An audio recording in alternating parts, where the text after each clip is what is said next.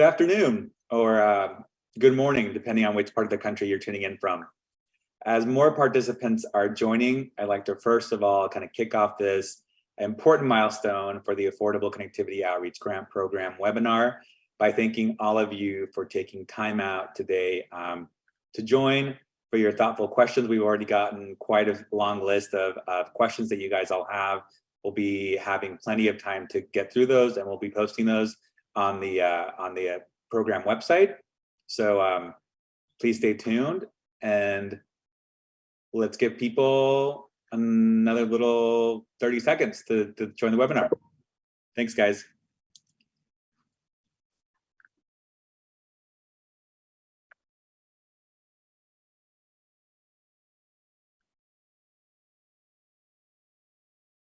All right. My name is Alejandro Rourke, and I serve as the Chief of the Consumer and Governmental Affairs Bureau, the FCC. The Federal Communications Commission is an independent federal agency responsible for implementing and enforcing America's communications laws and regulations. Through our rulemakings and enforcement activities, we regulate communication service providers, and our work covers everything from preventing unwanted robocalls to emergency alerts, to ensuring that persons with disabilities have access to the communication services and technologies that they need. In the Consumer and Governmental Affairs Bureau, we maintain collaborative partnership with state, local, and tribal governments. We implement our commission's consumer policies, including disability access, as well as addressing and responding to consumer inquiries and complaints. Digital equity is an important and fundamental area of focus, and I would say not only a focus, but a priority to FCC Chairwoman Rosenworcel and across the agency. And for us, what that means is that we are ensuring that we have accurate maps so that we know exactly where broadband is and broadband isn't, that we are working to close the affordability gap, and that we are promoting policies that ensure that everyone has access to high-speed internet services regardless of where they live. Affordability is the #1 most cited barrier to broadband adoption. And the good news is that in this moment, we not only have a program that provides financial assistance to low-income households, but we also have a new outreach grant program to ensure that we can empower trusted messengers to develop and implement innovative outreach strategies to expand the circle of digital opportunity to everyone, everywhere. So today we have enrolled over 14 million households in the Affordable Connectivity Program, but we know that many more are continue to be eligible, and many more remain unconnected or underconnected. So I'd like to start by expressing my gratitude for everyone who has been instrumental in the establishment of this grant program. We went from talking about the need to provide our outreach partners and trusted messengers with the funding and resources to continue conducting Affordable Connectivity Program outreach, to now being in the midst of the application window for this new and important and the agency's first ever grant program.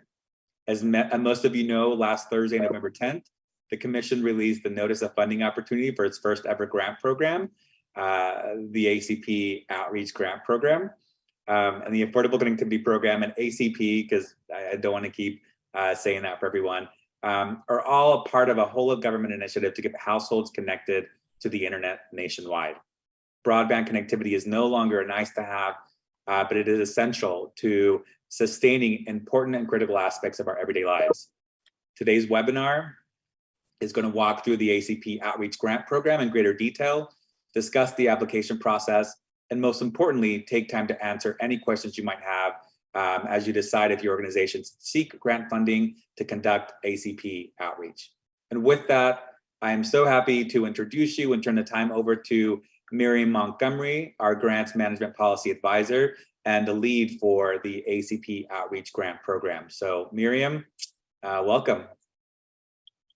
Thank you. And hello, everyone, and welcome to the Outreach Grant Program webinar. We're very thankful that you're here with us. And during this webinar, what we want to do is walk you all through the Notice of Funding Opportunity, the application process, and really take some time to answer questions that we've gotten along the way. There's a Q&A segment, so if you don't mind just holding your questions or capturing them in the chat box, and we have someone monitoring the chat box, and we'll take some time to answer them. And if we run out of time, we'll do follow up and make sure that we get those questions answered so that if you are pursuing application for this grant program, you have what you need to get that process started and completed.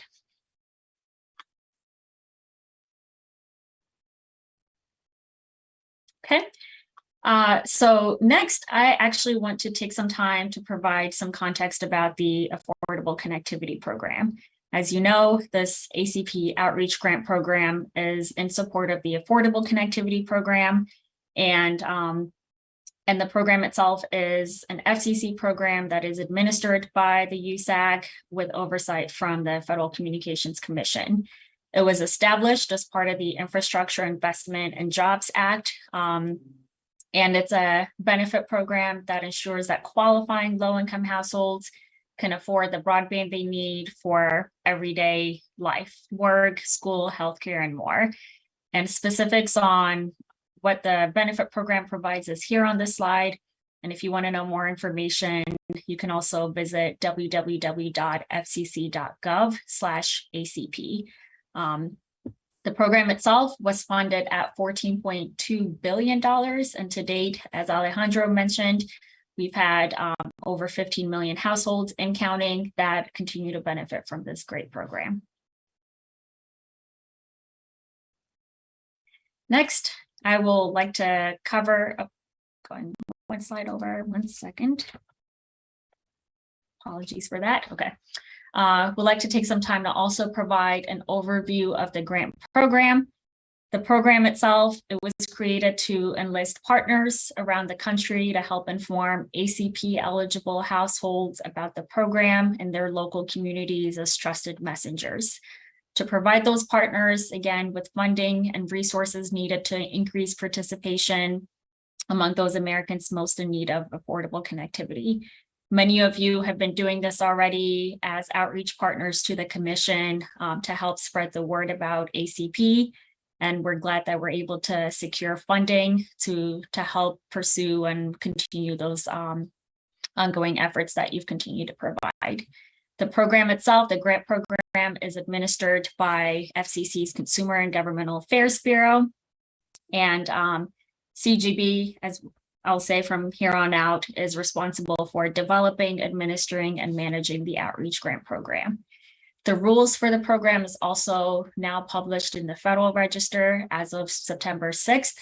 If you want to obtain a copy of the report and order, the link to that is located here on the slide. For those listening in and can't see the slide, it's 87 FR 54311. And lastly, the grant program itself is a competitive discretionary grant program, meaning those that are interested would have to apply and they would have to compete for funding with other applicants that also submitted an application. So as part of the ACP grant program, there are several subcomponents, and the Notice of Funding Opportunity that was published last Thursday, November 10th, covers the National Competitive Outreach Program and the Tribal Competitive Outreach Program, the Tribal Set-Aside. There are pilot programs that are also a part of the broader ACP Outreach grant suite as well, and the Notice of Funding Opportunity for the pilot programs will come out next week. But for the purpose of the NOFO that was published on Thursday and what today's webinar will cover will be specific to these two programs, the National Competitive Outreach and the Tribal Competitive Outreach. And both programs serve the same purpose. It's to increase awareness of ACP and encourage participation in the program among low-income housings. The difference between the tribal component and the national component is that for the tribal program, outreach activities and application assistance has to be provided to eligible households who live on qualifying tribal lands. Next, I want to provide an overview of the grant program and objectives. The purpose of the grant program is similar to really the purpose of the broader Affordable Connectivity Program, and it's really to help facilitate promotion of the program itself, the ACP, to increase awareness. As Alejandro mentioned in his opening remarks, there are a lot of households that stand to benefit from this great program and they don't know about it. So, we're enlisting outreach partners to help increase awareness of the ACP and participation and enrollment among those that are eligible. There are 3 program objectives. 1, expand and support diverse and impactful outreach efforts nationwide. 2, strengthen outreach partners nationwide by empowering them to mobilize people and organizations to help raise awareness about the program to eligible households. And last, to increase ACP enrollment as a result of grant-funded outreach activities.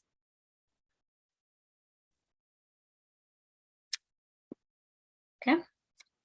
So with the program goal and objectives, the Notice of Funding Opportunity does provide specific measures and metrics that are located in the NOFO.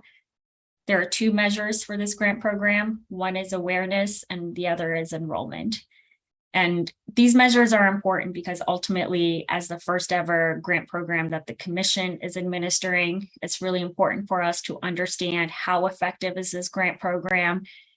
Are we actually accomplishing the goals and the goal and the objectives that we've set forth? And we'll really be looking to you to help us collect this data as part of outreach partners if you've been selected for funding, and provide data based on these measures on a quarterly basis as part of your progress reporting, so that we can truly tell and be able to tell a story on the impact that this grant program is having. For the awareness measures, it's the number of outreach activities and events that are implemented by type, and the number of individuals reached by outreach type to increase ACP awareness. And for enrollment measures, it's the number and type of in-person enrollment assistance events held. And of that, how many actually participated in the in-person events, number of households that enrolled with the provider during the event, and most importantly, of those that enrolled, how many actually lacked internet access, either at home or mobile or both.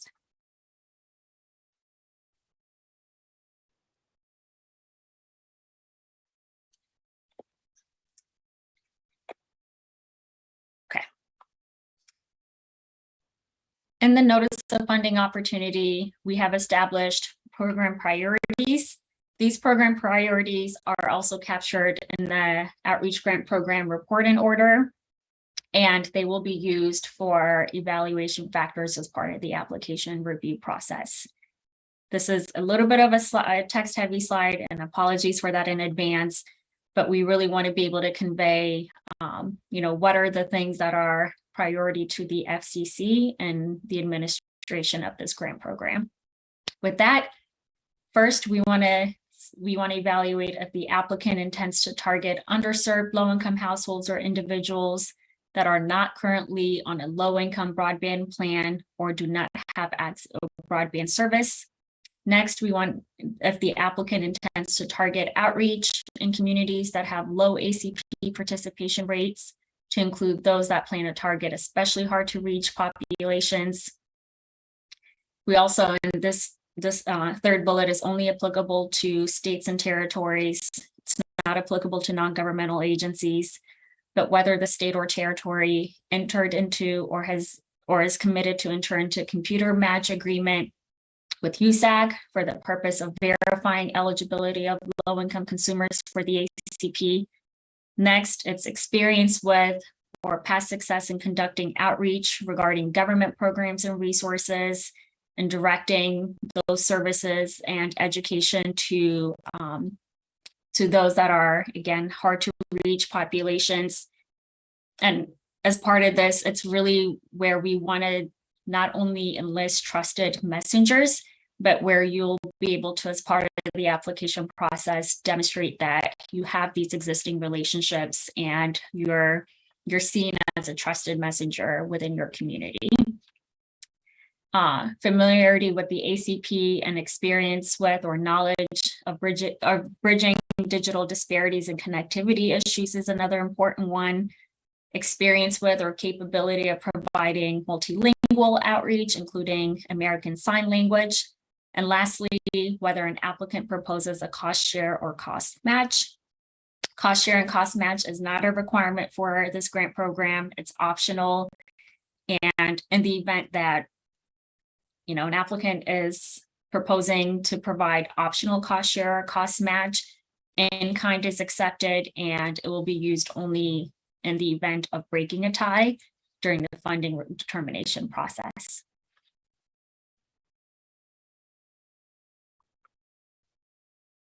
As you can imagine, outreach comes in different shapes, size, and form, and trusted messengers can be governmental organizations, non-governmental organizations, and really that is reflected in the types of eligible entities that are that can apply for the ACP Outreach Grant Program.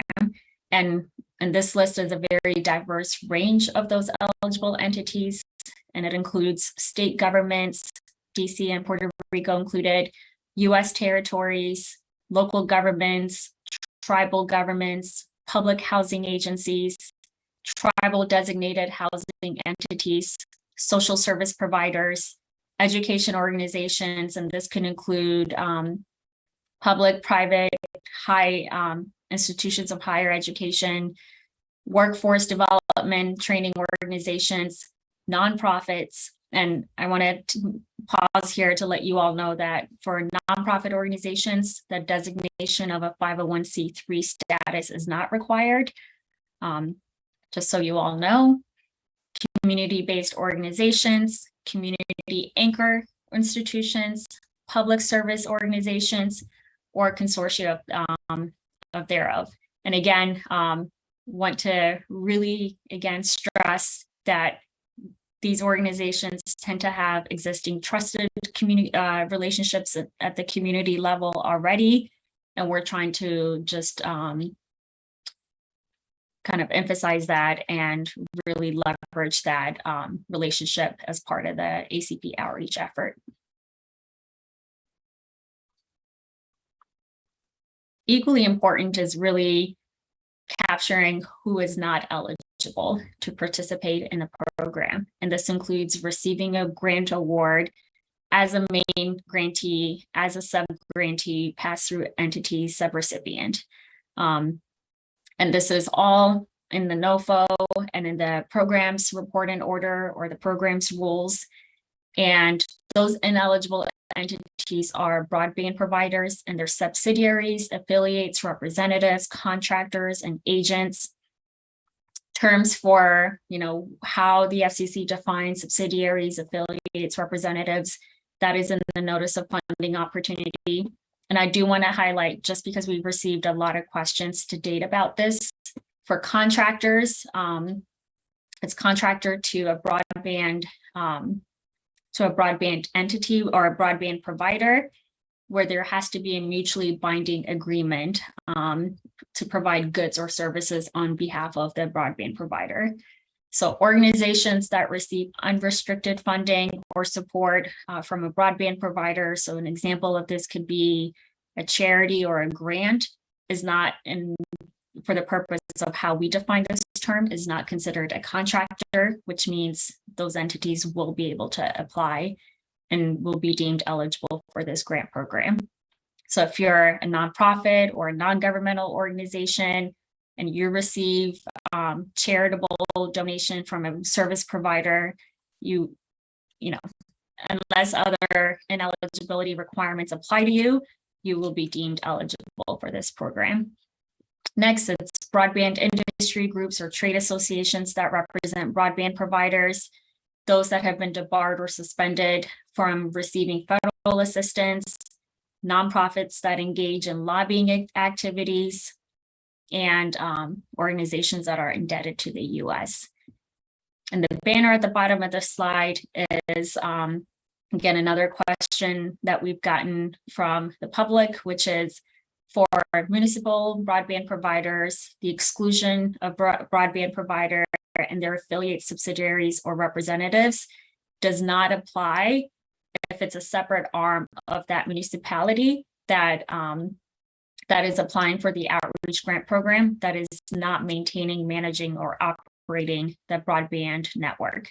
So if you're a municipality government and you have an arm that provides broadband services, that arm isn't eligible to receive funding or apply for this grant program, but a separate arm of that municipal government that is not receiving broadband funding can apply.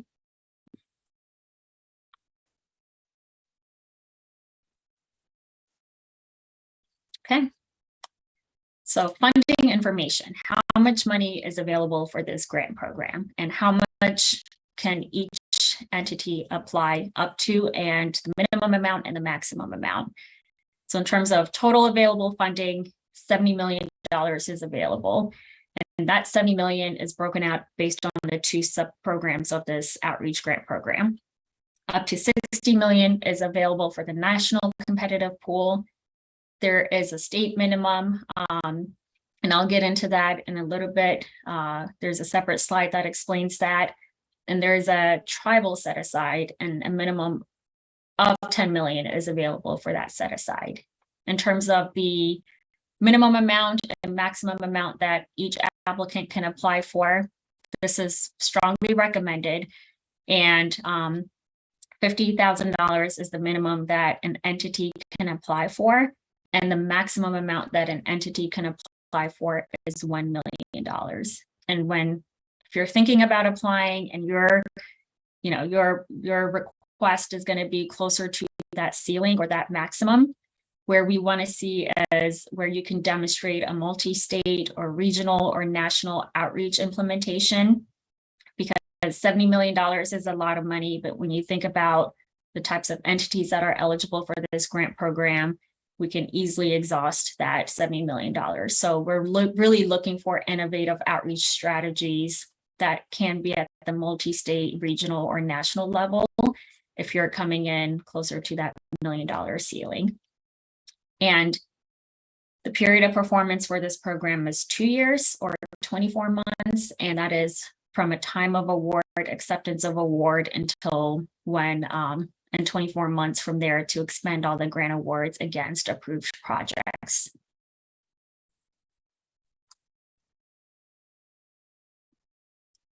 There are funding restrictions, and I would highly encourage you all to refer to the NOFO for specifics, but I'll highlight just the ones at a very high level for the purpose of this webinar.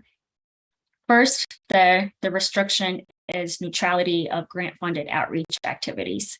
Grant recipients, sub-grant recipients must maintain neutrality among participating providers or groups of service providers when conducting outreach activities. If there's only one service provider servicing the area, the grant or sub-grant recipients may inform the eligible household of that loan provider's information. The NOFO provides a link to Companies Near Me tool, which can be found in the NOFO again. And key takeaway here is the neutrality requirement ensures that grant funding is not being used in a manner that is intended to specifically increase a particular provider's program enrollment where they benefit from it monetarily, and it protects eligible households' rights to choose their own provider and the type of service that works for them. Next is transferring funds between ACP grant programs, and the pilot programs being included as part of this. And that is, it's a merit-based program that is competitively allocated, and that allocation or funding determination was based on the proposal that was submitted. So the transferring of funds in between programs is restricted. There are also program prohibitions, and those are supplanting, and specifically for supplanting, recipients may supplement, but are prohibited from supplanting or replacing funds that have already been obtained or expected to receive funding from other sources. And this could be federal, state, non-governmental funding to carry out ACP outreach activities. We know there are a lot of players out there that provide various funding sources for advancing digital equity initiatives. And really what we want to do is maximize those dollars that are out there. So if you already have funding in place, what we don't want to see is turning down that funding and using grant dollars. But if you're using existing funding and grant dollars, it's really where you're expanding the outreach that you're doing, not replacing the funding. Accepting in-kind contributions from any broadband provider for grant-funded outreach efforts. Again, that is to maintain the integrity of the neutrality requirement. Charging fees to eligible households or profiting from grant-funded outreach activities above the actual cost of the outreach activities. This is where you're charging fees to households for educating them or providing application assistance. That is absolutely not allowed. It's prohibited under this grant program. And providing commission or compensation to individuals that is linked to the number of households that they enroll. And again, that is prohibited. And providing remote application assistance, the program rules require that any application assistance that is provided has to be done in person. And this is to prevent against waste, fraud, and abuse. And lastly, lobbying. And next slide, we'll talk about allowable and unallowable cost. For allowable cost, when you think about the purpose of the grant program, the objectives and the measures, things that are funded as part of the grant program must be necessary, must be reasonable. Those that are unallowable cost, again, based on the nature of the grant program itself, we've deemed that they're not necessary or reasonable nor allocable.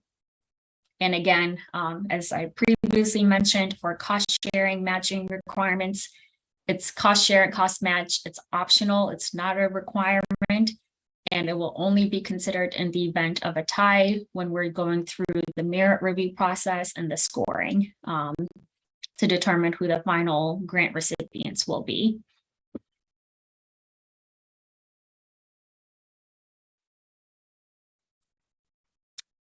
We wanted to provide examples of what the different allowable and allowable cost categories are. Those that we deem to be necessary and reasonable based on the purpose of the outreach grant program. And for your awareness, the FCC has adopted the Uniform Administrative Requirements, Cost Principles, and Audit Requirements that is set forth in 2 CFR Part 200. And all of these allowable cost, funding related to this must be incurred in direct support of the grant program, meaning the FCC will not provide funding such as for personnel, travel, facilities, rental, etc., if it's not for the sole purpose of conducting ACP outreach or ACP in-person application assistance. And this is not an exhaustive list, and for each of these allowable cost categories, we've defined them in the NOFO, and there are specific considerations as well. So just those examples for those that can't follow on screen, it's ACP application assistance, digital campaigns, outreach materials, and this includes the planning, the development, the printing, the dissemination of these materials, direct mail, personnel, fringe benefits, again, for personnel and for fringe benefits, for planning, travel, supplies. All of these have to be in direct support of the ACP outreach program and for the sole support of that. We also provide funding for project management or management and administrative services. And this is capped at 5% of the award. For facility rental, we know as part of outreach, there may be a need to develop an outreach event, host an outreach event. There's a lot of cost that goes into the planning of that, making sure there's a facility for that. There's a cost that is incurred. So we really want to make sure and be practical around, what are the different costs associated with conducting outreach events and spreading the word about this grant program or the ACP program. And also, how we make sure those funding support and resources are made available to you. For supplies, based on 2 CFR, it's really hardware or systems such as laptops, tablets, computers, printers, and it's specifically listed as supplies and not equipment because it is capped at $5,000. So in the next slide, you'll see equipment as being an unallowable activity, and that is because if it's below $5,000 per cost principles, it is considered a supply. All right.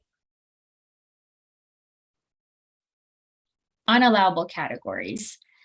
Some of these, it's a no-brainer based on the intent and purpose of the grant program, and that is really costs that are reasonable and necessary when it comes to conducting outreach and application assistance. When you look at this list, those are not considered reasonable. That includes conducting exercises like tabletop exercise, full-scale exercise, equipment. Again, IT equipment is allowed if it's below $5,000, and for the purpose of cost principles, those are categorized as supplies. Over $5,000, not allowed.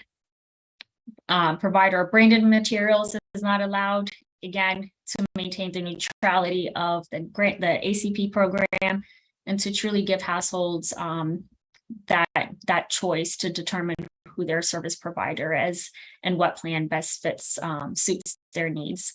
Membership fees, intangible property, real property, construction, renovation, entertainment, alcohol, like all of these are not allowed, and specifically the definitions of these terms is provided in the notice of funding opportunity as well.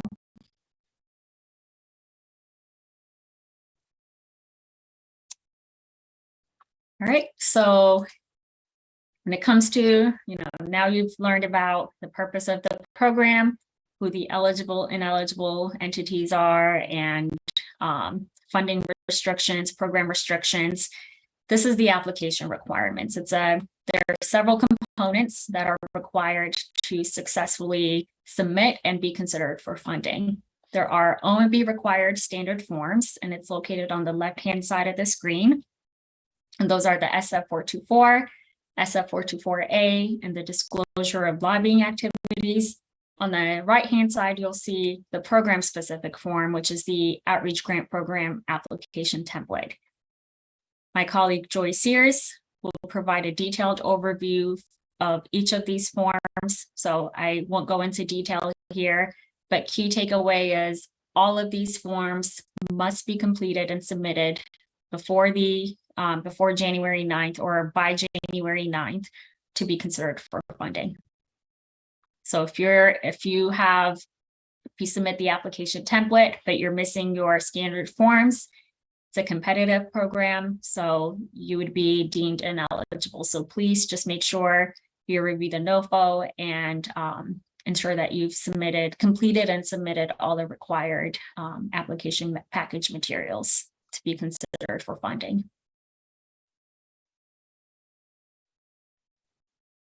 Next, you've submitted your application and you're wondering what happens next. Once applications are submitted, we will undergo a 3-phase application review process.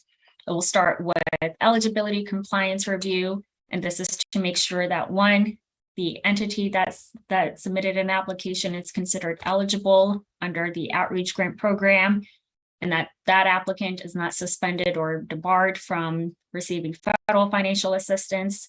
Next, we will look at, again, is what I emphasized in the previous slide, to make sure that all your application package materials are completed and submitted fully.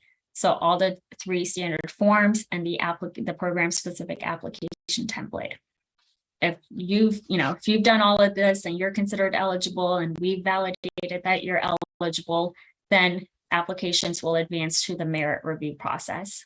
And this is really where we review to determine the quality of proposed projects against the objectives of the program, the activities that applicants are proposing to fund relative to how much those activities, how much funding those activities will be, would require. And the review process for the merit review, there's a federal reviewer score and review criteria that is outlined in the application. And again, it aligns with the application template. And this is to make sure that we're being fully transparent with how we're assessing individual applications that are considered for merit review. Applicants that will be considered for merit review, there's scoring associated with this. There's limited funding available.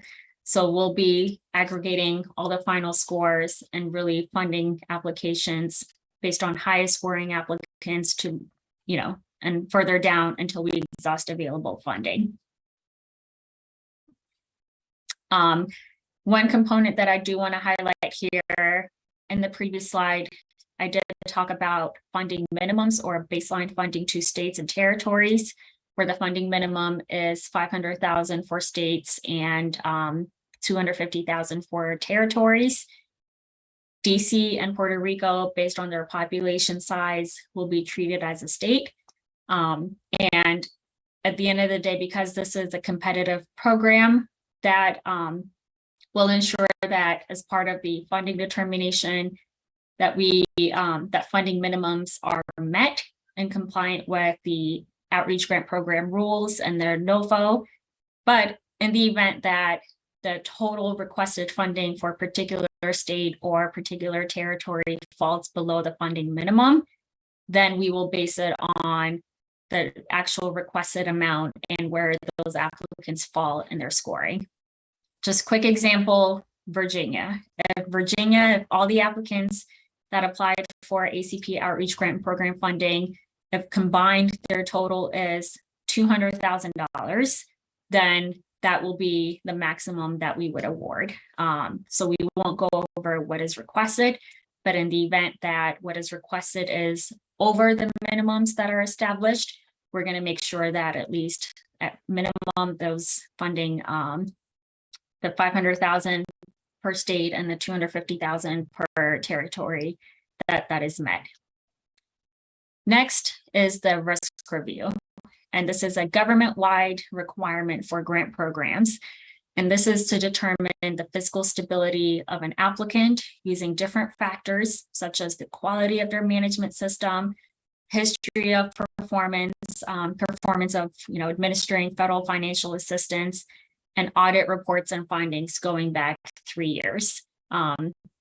We partnered with our interagency partner, HHS Grant Solutions, and we'll be doing the risk review as part of that process.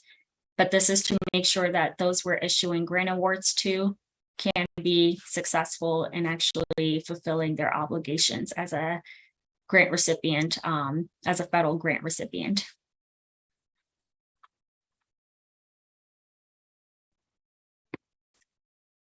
Funding determination, again, this is just a quick recap. There are different factors. Eligibility is one. Merit review of proposed applications is another, and making sure that that risk review gate is successfully completed and that there are no issues there before we can maintain or before we can make funding recommendation to the selecting official. And again, this is just a recap of how the funding minimums will be considered to make sure that at the end of the day, it is we're not awarding states or territories above and beyond what is actually requested in total. And I also want to note here that states and territories are not required, state territorial governmental agencies are not required to submit one application for funding consideration. As may be the requirement for other federal grants. That's not a requirement for the ACP outreach grant program. However, to facilitate coordination, if states or territories choose to establish a point of contact to coordinate ACP outreach activities within their respective state or territory, they can choose to do so.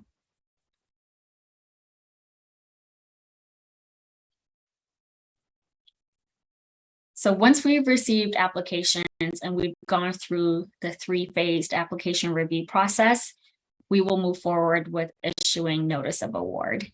And the notice of award applicants will have 30 days to accept or reject. If they reject for whatever reason, that funding will then be made available to the next highest scoring applicant. If they accept their notice of award, that starts the beginning of their 2-year period of performance. But this is a legal requirement that they must, we will issue a notice of award, and entities must accept their notice of award in the grant solution system before they can start their period of performance.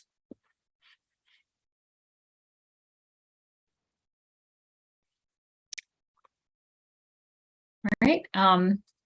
So from here on out, those that will be subject to the post-award requirements, whether it's reporting requirements or compliance requirements, this is applicable to grantees or those that have successfully gone through the application process, have been selected for funding, have accepted their funding. Now there are reporting obligations.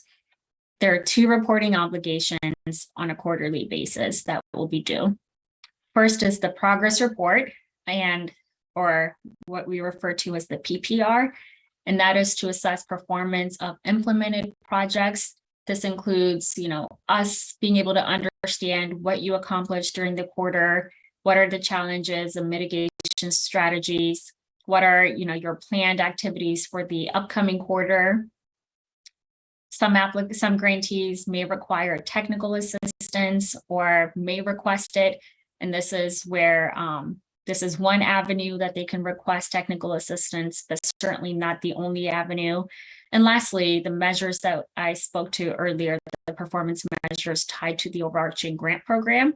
We want to collect data at the grantee level so that we can understand the impact that this grant program is having, not just at the grantee level, but globally at the program level.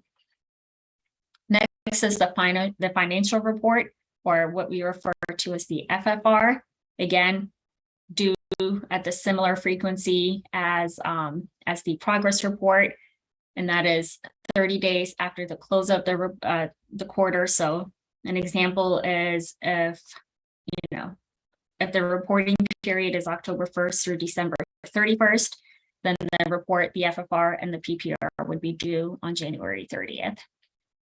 And because financial disclosure of subrecipients is a requirement for this grant program, the FFR is how the grant recipient or the pass-through entity can include subrecipient funding information.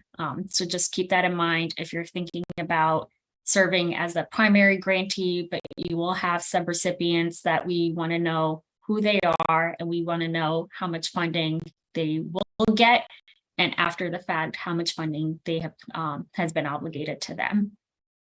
And lastly, this financial report is used to be able to determine how much of the grant funding has been obligated and has been unobligated. And just as a quick recap, these report, the FFR and the PPR will be due on a quarterly basis, and they will be submitted to the FCC through the grant solution system. And all of that will be, instructions on all of that will be located in the notice of award.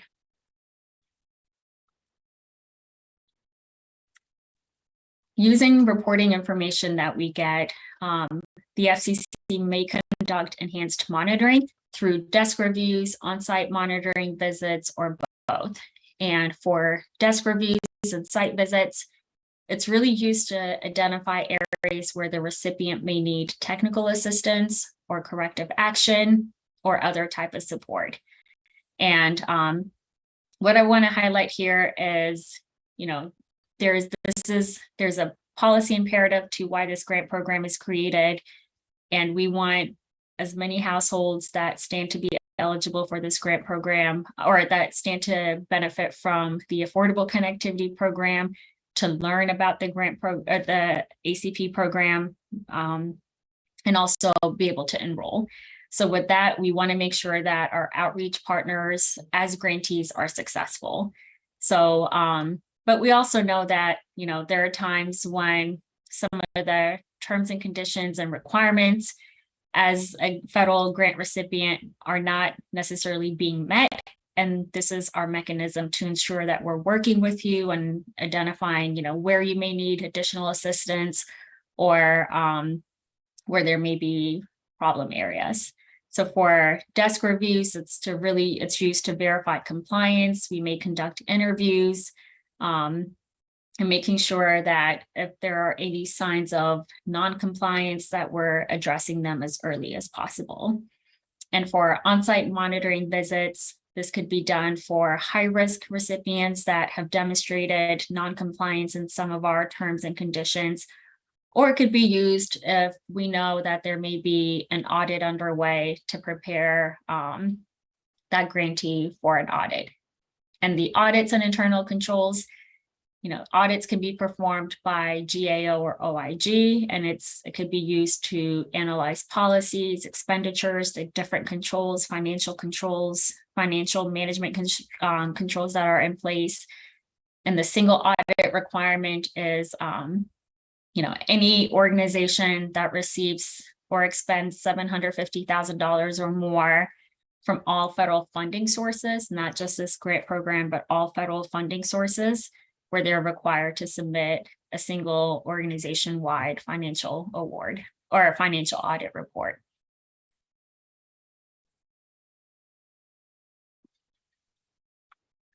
So as we're nearing the end of the period of performance, the very last requirement, or one of the last requirements that we have in place, is the submission of the final progress report and financial report. And this will be due within 120 calendar days after the period of performance is up. And this includes for all subrecipients and pass-through entities. And extensions may be requested and may be considered, but really, for one, if an extension to a period of performance is requested, it needs to be done in written form and submitted electronically to our grants management specialist. And that, individual will be named in the notice of award, and extensions will only be considered depending on the circumstances and also based on where we are with the drawdown of the overall Affordable Connectivity Program funding. We know that overall $14 billion in funding that is available for ACP. If we're depleting that funding, we may determine that continuing outreach for that program or continuing application assistance may not be necessary. So there will be certain factors that will contribute to how we make a determination on processing extension request. And all of that is outlined in the NOFO as well.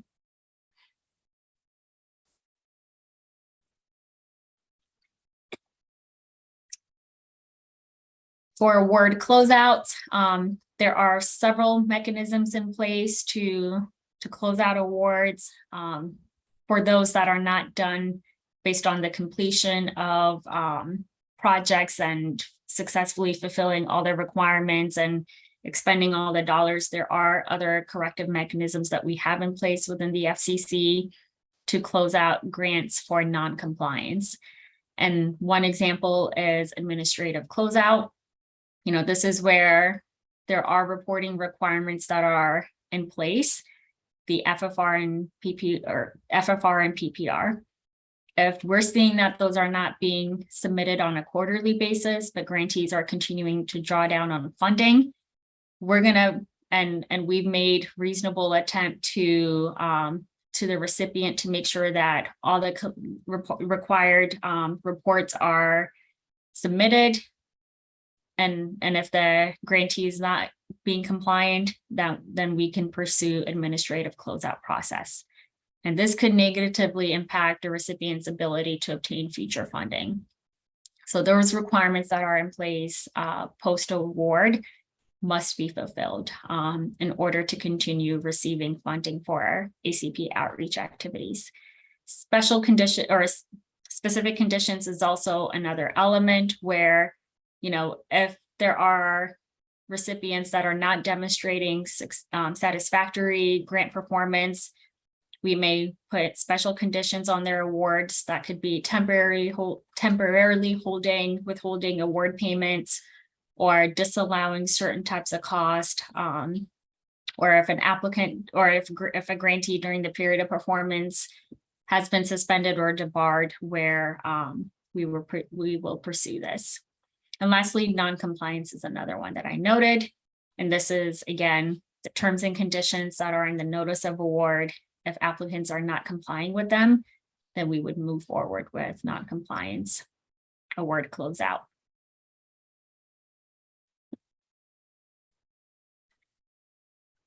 As part of the closeout process, record retention, key takeaway on this slide is records must be retained for 3 years after the closeout date for the program, and longer if there is an open audit, litigation, or claim that exists that is not resolved. And lastly, the FCC may notify the grantee in writing if their retention period for the record will be extended beyond the 3-year mark. But generally speaking, if the grant award has been closed out, records must be retained for up to 3 years. And the last segment of my presentation before I hand it over to my colleague Joy is key dates and times. The NOFO was released last Thursday, November 10th. That effectively started the application window. Application due date will be January 9th, 2023, and all application package materials must be submitted on or before January 9th, 11:59 p.m. Eastern Standard Time. And we expect to announce awards around March 10th. And once we announce who the award recipients are going to be, then we will process the notice of awards and notify individual grantees to allow them to accept their award. And I want to highlight here, there's a multi-step process when it comes to setting up an account before applicants can submit their application.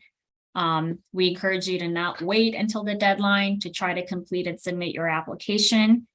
While there are several contacts identified in the NOFO, you should you have questions or run into technical issues, the whole process is easier to accomplish if you give yourself plenty of time. And as you can see here, before you can even get into grants.gov to complete and submit your application, you have to go through sam.gov to create a UEI and create an organization profile. And that step takes up to 4 weeks. So please just plan early. If you have questions, feel free to reach out and read the NOFO and refer to it, as we do provide more specifics on each aspect of the grant program. With that, I will hand it over to my colleague Joy Sears, who will be providing an overview of the application package, and then we'll transition off to the question and answer segment of the webinar. Great. Thank you so much, Miriam. I'm so happy to be here today on behalf of members of the grants team, and so happy to see so many people have joined us. So as Miriam has given you an overview of the requirements of the ACP Outreach Grant Program, today I'm really going to go over the application package. So what makes a complete package, what FCC is looking for in a complete package in terms of documents, and just some tricks and tips on what to include. So with that, I will start. Oh, let me go back. As Miriam mentioned earlier, 4 documents will encompass a complete application package. To be clear, this is the complete application for the ACP Outreach Grant Program, namely the National Competitive and the Tribal Competitive Outreach programs that Miriam went over. The pilot programs that will be released in the coming weeks will have a separate process, and we would go over those at that time. So for these 2 programs, one package is for both programs. So if you want to apply for the national competitive pool versus the tribal competitive pool, it would be in this one application, and we will show you how to do so later on in this presentation. Again, the SF424, the SF424A, and the SFLLL, which is the lobbying activities form, will make up the standard forms in this document. And then the ACP Outreach Grant Program application template will make up the program-specific forms. Very important here to note that the first page of the application template includes some critical information that should be read by all applicants in terms of even down to how to name the document once it's submitted through grants.gov and how to complete the budgeted narrative, including the computation method that we will go over shortly.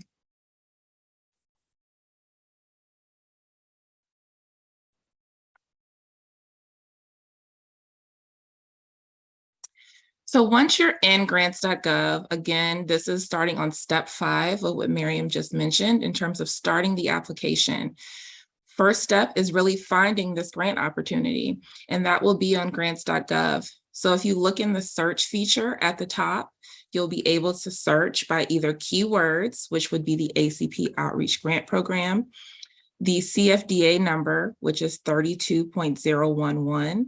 You could look up the agency, which is the FCC, Federal Communications Commission, or you could also look up the grant program opportunity number, FCC-CACOGP-23-011. So there are a number of ways to find this grant opportunity. Once you do, we'll start with accessing the standard forms, which is in this package section of grants.gov. You'll be able to go in to that section and you'll see 3 forms once you click preview.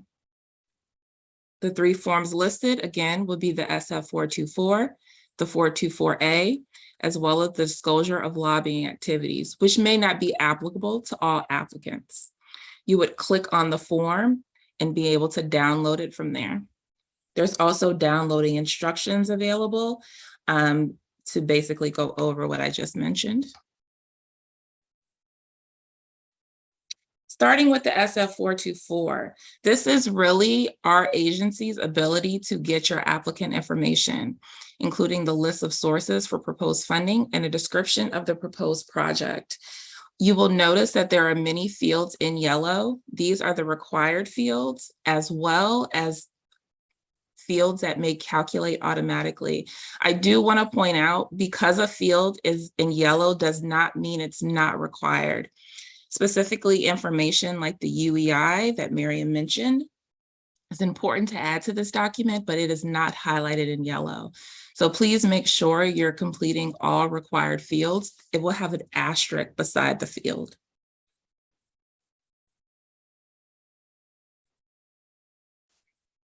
The SF424A, this is your budget information. It provides us with your grant funds requested for non-construction programs, which is the ACP Outreach Grant Program. You will see here that you will include the federal and non-federal share. The non-federal share will only be completed for applicants who are interested in proposing a cost share or cost match, which, as Miriam mentioned, would be considered in the event of a tie, but is in no way required for this program. Also want to point out here that equipment and construction are on the form, but are not allowable under this program, so should be zeroed out. This slide includes a screenshot of the rest of the form. For non-federal, again, you would include if you are proposing cost share or cost match, but again, that is in no way required. The grant program would remain the same, the ACP Outreach Grant Program.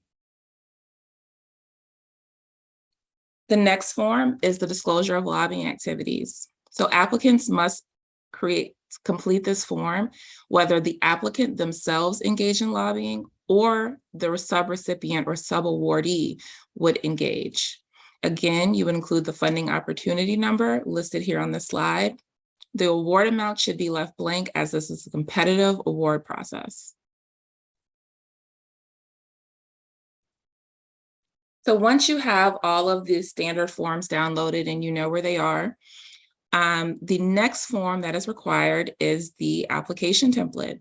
To retrieve that, you would go to related documents within grants.gov. It's right beside that package tab.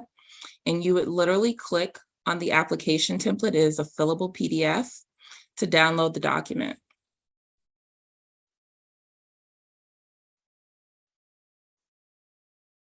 Now we're going to walk you through the application template.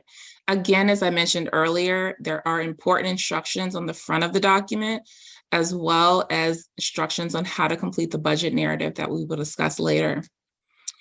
But starting with the project narrative, applicants will be required to complete this to provide in-depth information on the proposed project.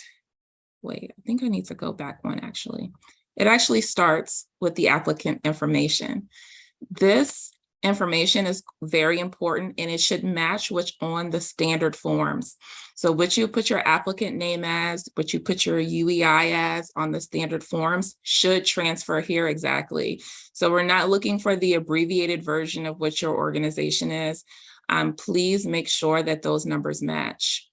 This applicant information also, you will include whether or not there's a recipient, a subrecipient, or a subawardee, and you would include their information as well.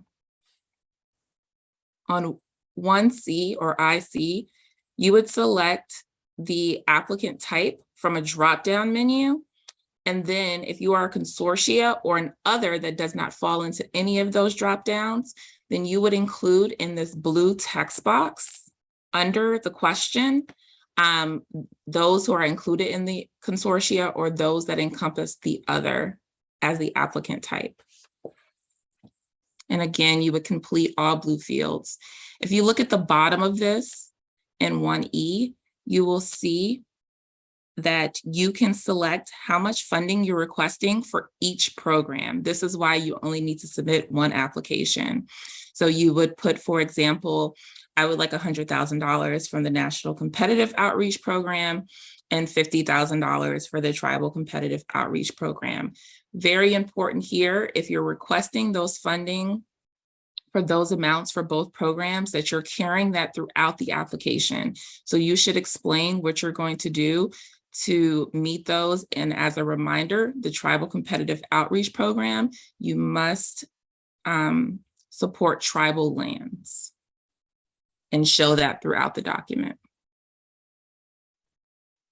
Again, as Marian mentioned earlier, there are a series of performance measures, and this is the section that you would use at the beginning of the application to explain how you're going to meet those performance measures.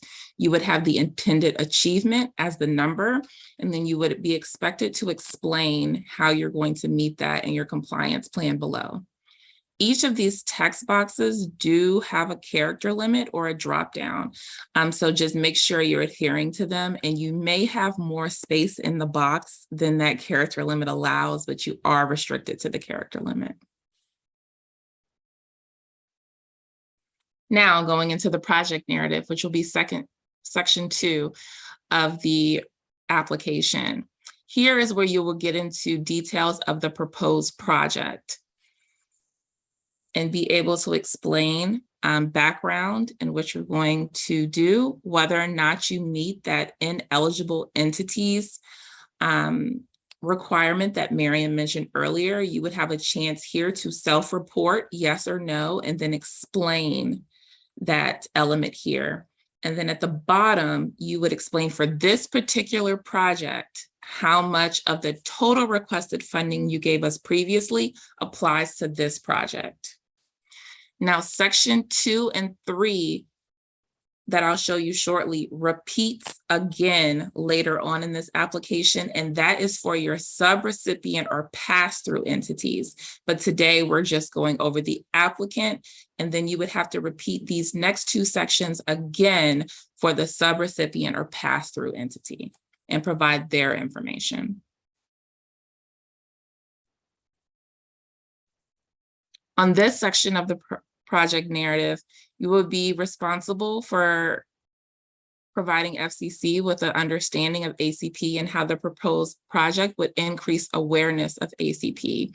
So you would give a background of your understanding, the geographic group that you would be supporting here, and you would also provide an abstract of the proposed project. Should you be awarded funding, this abstract would be made available to the public. So we wanted to provide applicants with an opportunity to self-report how that proposed project would be shared. And on this slide, you will see where you will be able to highlight the intended impact of the proposed project and how it aligns to the program objectives. So we've outlined here geographic area, constituency groups, the households or individuals, communication, communities with ACP participation rates or low participation rates. And you would then have to describe how the proposed project meets the program objectives, and all three are outlined here. Another key component of this application is explaining how the lessons learned for the proposed project will benefit those who are in similar circumstances, so we can make sure that we're thinking long-term of how these can be shared with others. Section 3 focuses on project management and milestones. This is really looking at how the proposed project will be executed within that 2-year period of performance. And later on, we will show how you would be expected to provide a detailed budget of the proposed project. You will notice here in the screenshot that the proposed or the projected outcome, there's one listed. In the actual application, you will be able to include up to 3, and each outcome has up to 8 milestones. Now we have put up to 8 milestones for each proposed or each projected outcome to account for each quarter within a 2-year period of performance. But you are in no way obligated to fill each box. I know sometimes when there's a competitive award, we want to provide as much information as possible, which we always appreciate, but we don't want to fill in blanks to just fill in blanks. So it is okay to leave these data fields blank if you don't have up to 3 outcomes and you do not have up to 8 milestones. This will not negatively impact your application score in any way.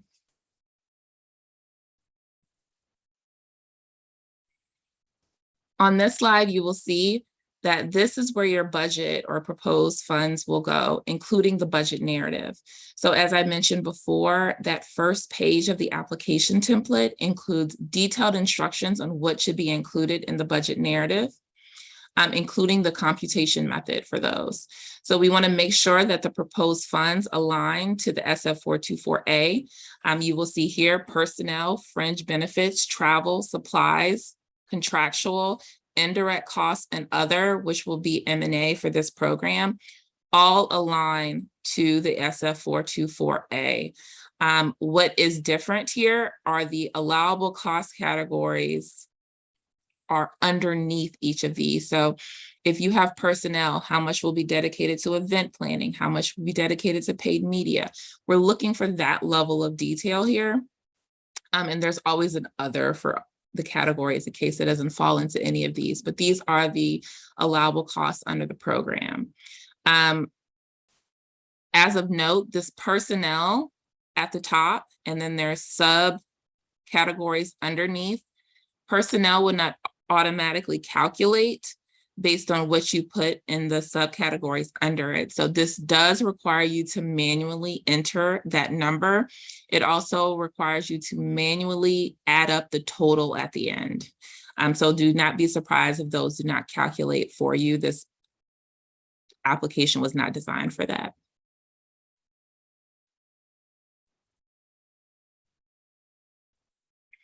On the next slide, you will see that applicants can self-report if they meet those funding priorities. So early in this presentation, Miriam mentioned that there are a series of funding priorities that applicants can receive and will be considered during the evaluation process. We really wanted to ensure that applicants have a chance to self-report whether or not they meet these funding priorities. So you will be able to select, you will notice there's these little drop-down boxes with an arrow. You'll be able to select yes or no, whether or not you meet the priority, and then provide an explanation, understanding that there is a character limit there. One important one to note is one of these refers to the cost share, cost match. Again, that is a priority that would be considered in the event of a tie. The budget narrative instructions on the first page of the application template really provides instructions on what should be included for that particular priority. If you choose to meet it, again, not a requirement of the program.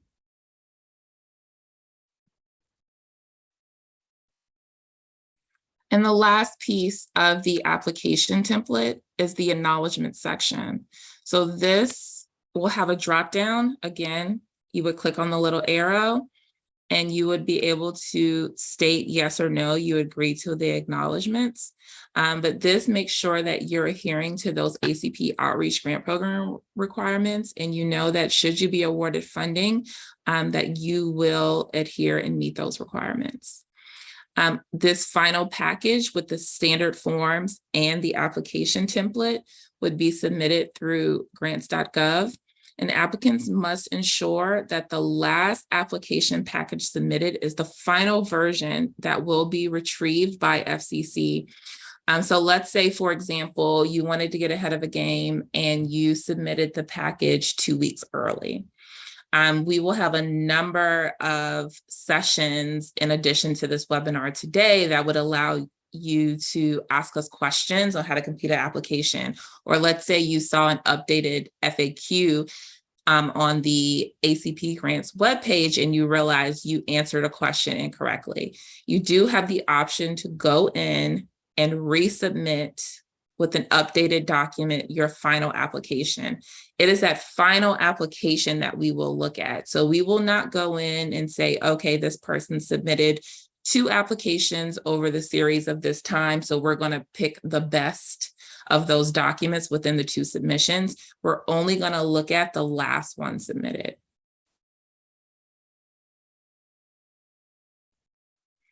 And on the ACP grants page, we do have a number of resources that are currently available or will be available soon. As everyone knows, the NOFO was released on Thursday, November 10th. There is a fact sheet and frequently asked questions document currently available on the site. And we will have available by the end of the week an overview of the Outreach Grant Program and on how to apply tutorials. So today I went over what includes a complete application package. We will have shortly a tutorial on how to then submit those documents and apply for the ACP Outreach Grant Program. So that will be up within the next couple of days or within the next week. So we're very excited about that. And please check back frequently. We plan to update this frequently asked questions document, for example, at the conclusion of this webinar, and also periodically as we have more training sessions or more open sessions for people to ask questions. So please check back frequently for that. As always, we are available to answer any of your questions at acpgrants@fcc.gov. And again, the website fcc.gov/acp-grants. So with that, we will start the Q&A session. And I will be asking Miriam some of the questions that you guys sent in through grants webinar at fcc.gov.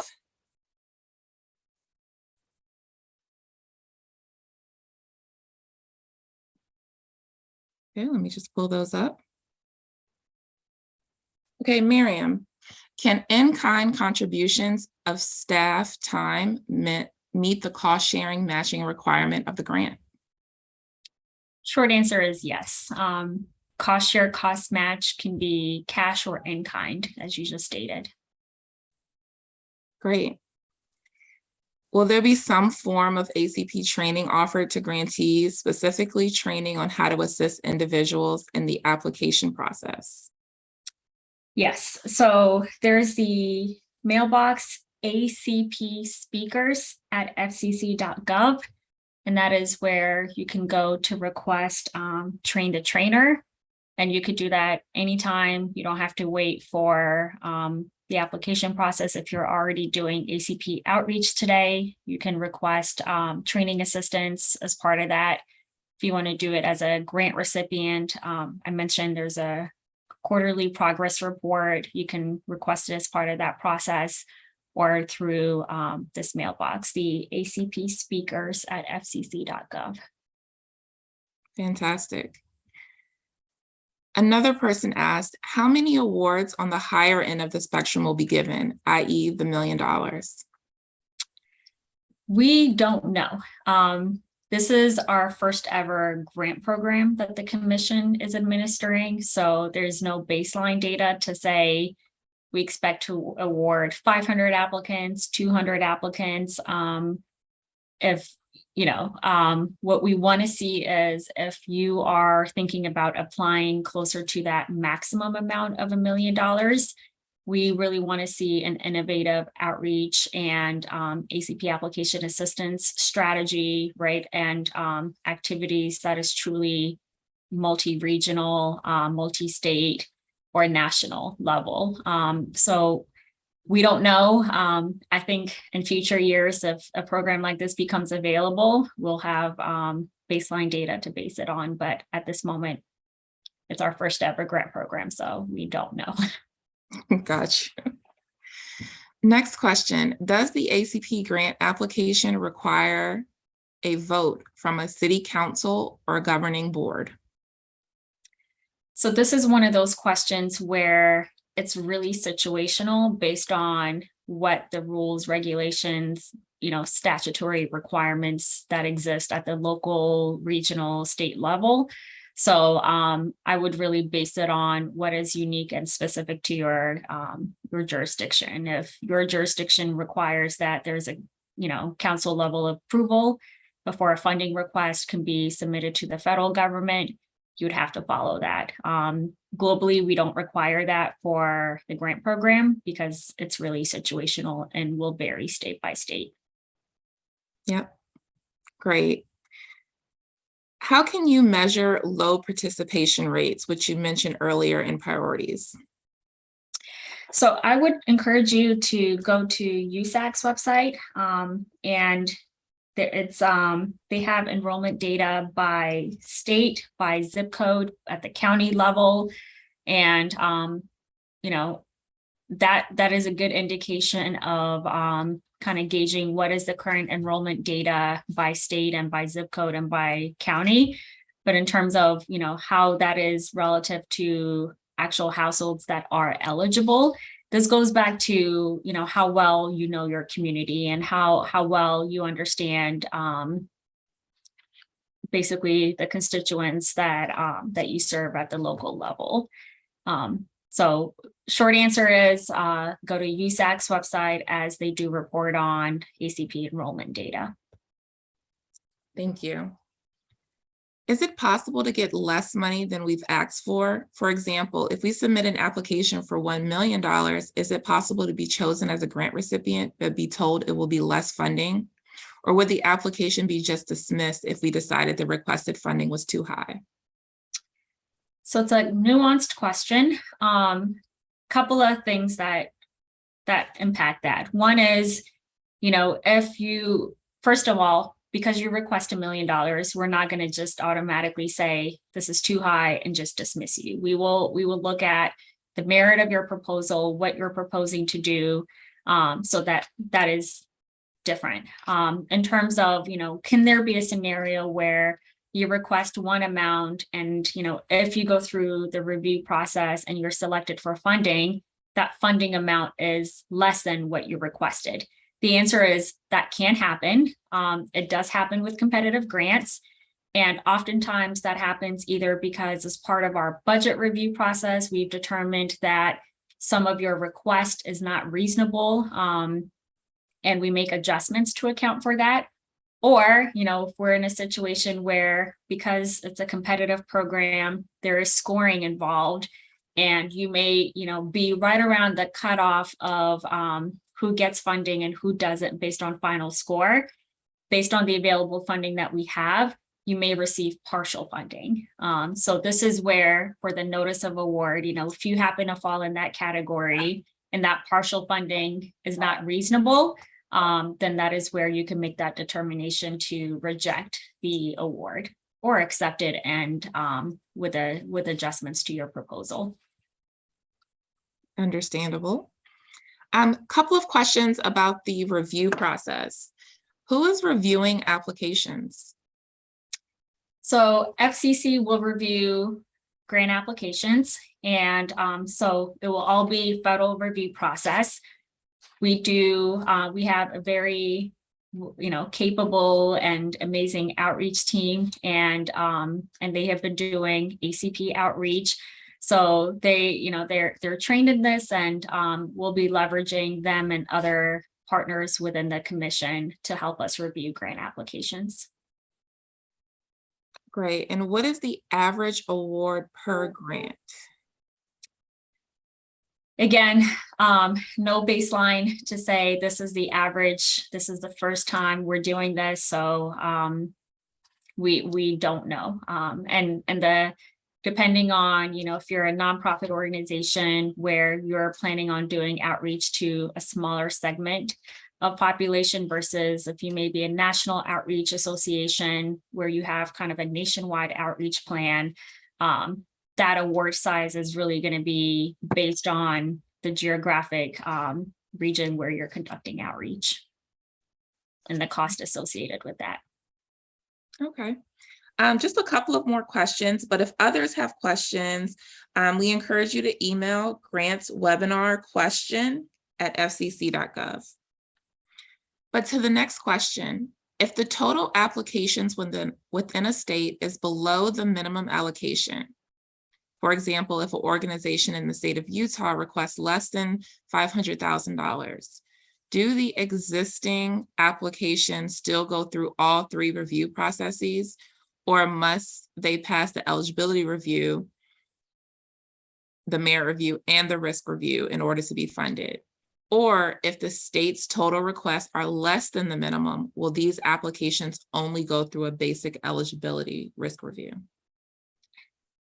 So everyone is going to go through all three review processes. And part of the reason is, right, the eligibility review is just that. We want to confirm that you are eligible. The merit review is, at the end of the day, we want to look at your proposal, how sound your proposal is, and make sure that what you're proposing to fund, your cost categories and cost associated with that is consistent with cost principles. And the risk review is, again, to make sure that you have a very stable financial processes and controls in place. You are not debarred or suspended from receiving federal financial assistance. So as a matter of due diligence, all eligible applicants will go through all three review processes. But when it comes to making sure that we meet the funding minimums, those that fall within the request, where the requested amount falls below the 500,000 if you're a state, or 250,000 if you're a territory, you'll be kind of competing, and as long as you meet all three review processes, you'll be good to go, and won't really be competing with the general pool. Thank you for that clarification. And the final question we have so far: are community-based organizations encouraged to apply on behalf of targeted populations, or are multiple organizations encouraged to collaborate? And is that preferred for this grant program? Again,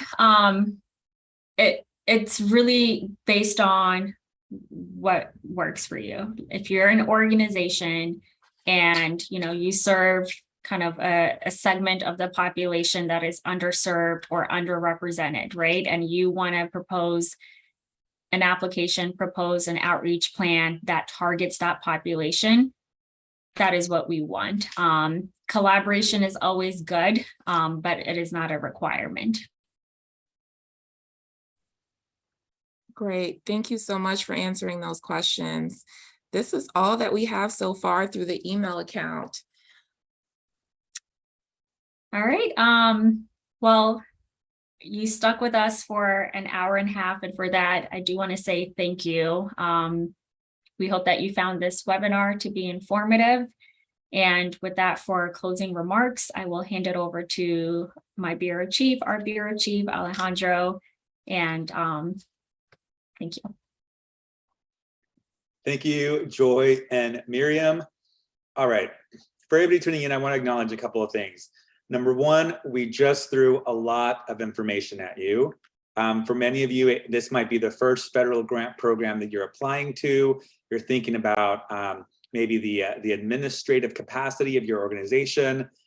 Please know that this is only the first, like Joy mentioned, in a series of webinars. The grants team will also be hosting office hours to be able to answer any of your questions. All of that will be posted at fcc.gov/ACP grants. So know that this is a continuing conversation. We just wanted to give you kind of a broad overview, but there's a lot more information coming.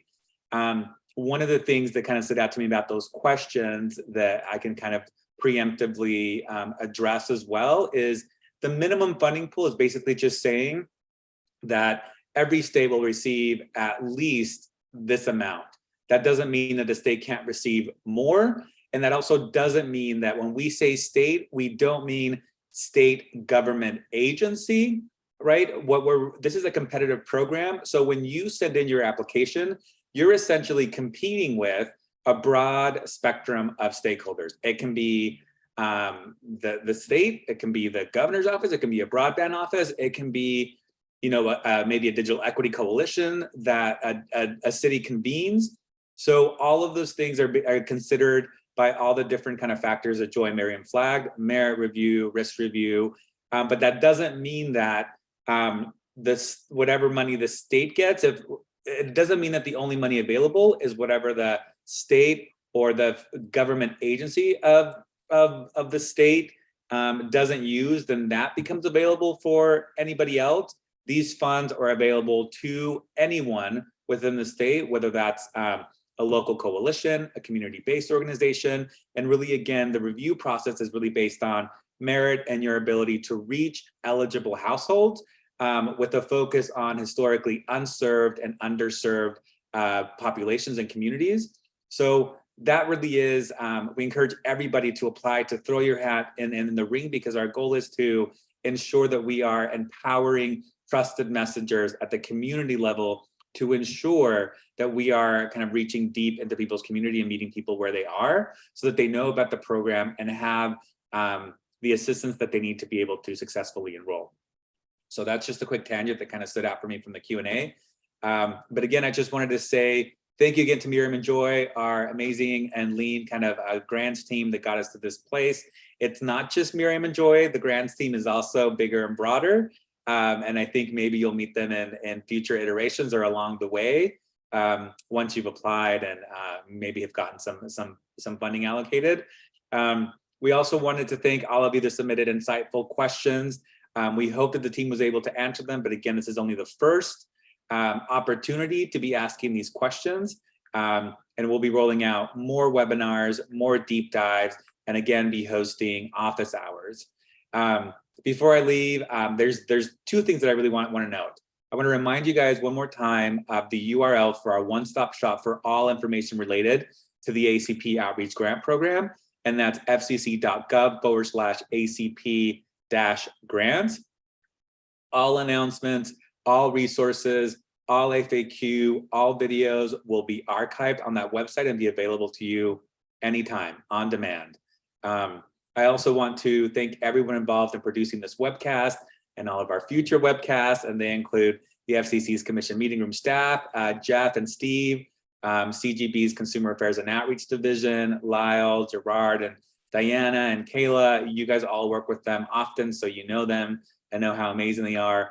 And last but not least, again, big shout out to CGB's grant leadership that you heard from today, Miriam Montgomery and Joy Sears, as well as the rest of the grant staff, to include our interagency partner, HHS, which is our grant solution specialist. So thank you again for joining us, and we will see you next time. Have a good one.